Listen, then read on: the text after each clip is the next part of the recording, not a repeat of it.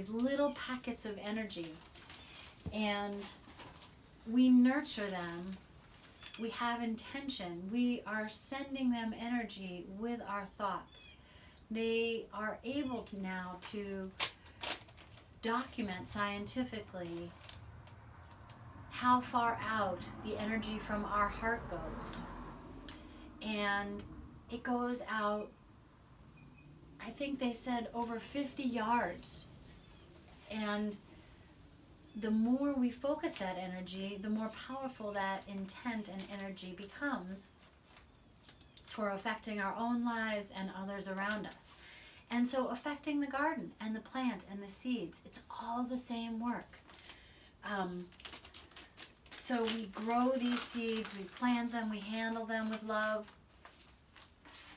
And you'll see as you work with me that we'll move in and out of intensive moments and really playful moments. I love to play. So we are not going to just be solemn and serious when we do these things. We can have great intention, as I said in the introduction video, just by showing up, just by being here and doing this work together.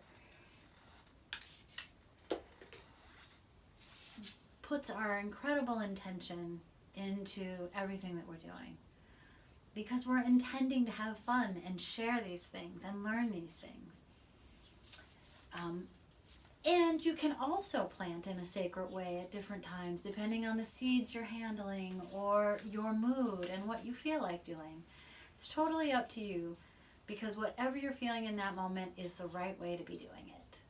Because if you were feeling something different, then it would be different. Because it is the way that it is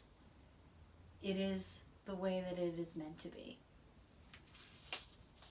Okay, so we've got pepper seeds. These are seeds that I saved here. We saved last year from our peppers with the students.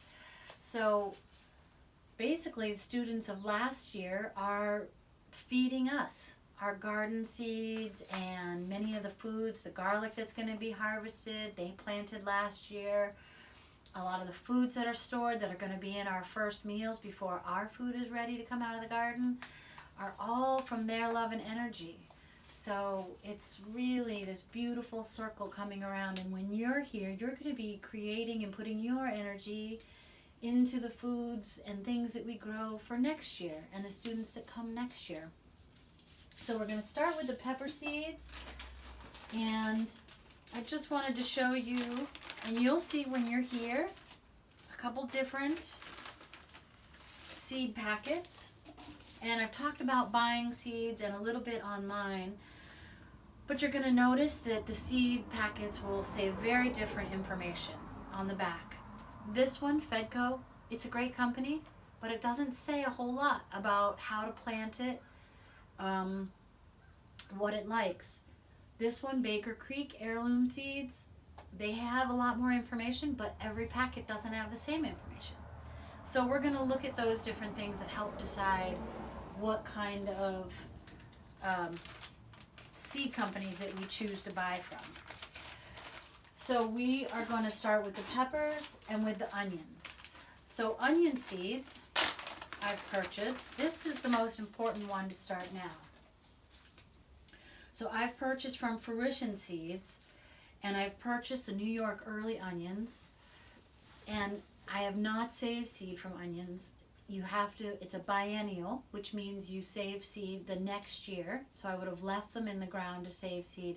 And my onion crop didn't do very well last year. They weren't really healthy enough to save seed from. So there's all kinds of variables, and we're going to be saving seed at the end of the season.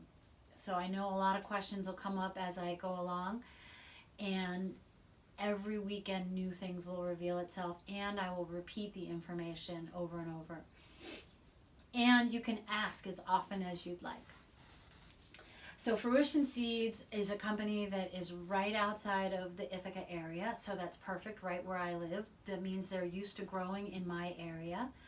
And they're New York Early Onions, which means that they are a shorter season onion, but good keepers. And so I want my onions to last as long as possible in storage. I want to grow a lot. I use them. We're going to make fire cider with them. And we're going to eat them in our meals. And we want them to last as long as possible. So we look for good keepers and for flavor, of course, always flavor as well, and grown in our area. So I've got a bunch of packets here. I also grow some red onions. We love red onions for flavor. Those are great raw for our beautiful salads that we're going to be making. And let's see what else we've got. I'm trying some new ones every year. Love to try new things.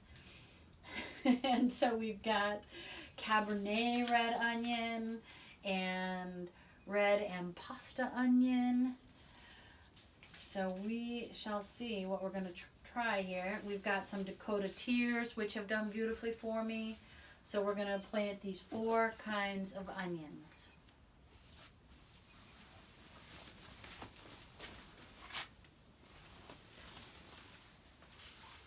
Okay, so let's talk about our potting mix. We are going to use this Lambert's. I'm going to open this bag. I buy a 3.8 cubic bag. It's 25 pounds. And this is the Lambert's potting mix. And when you are starting seedlings, something that John loved to say was, you don't feed a baby steak, right? So seeds are babies. They don't need compost in their soil. When you buy a seedling mix or a potting mix, typically there is almost no nutrients. It's just a medium for the seeds to stay moist, evenly moist, consistently moist in order to sprout. And this Lambert's is a great medium. It is from Canadian peat bogs, and it is sustainably harvested.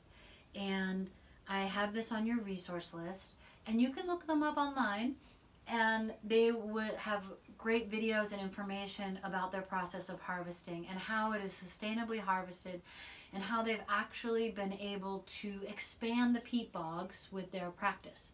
So they actually are not depleting the peat, which is really critical.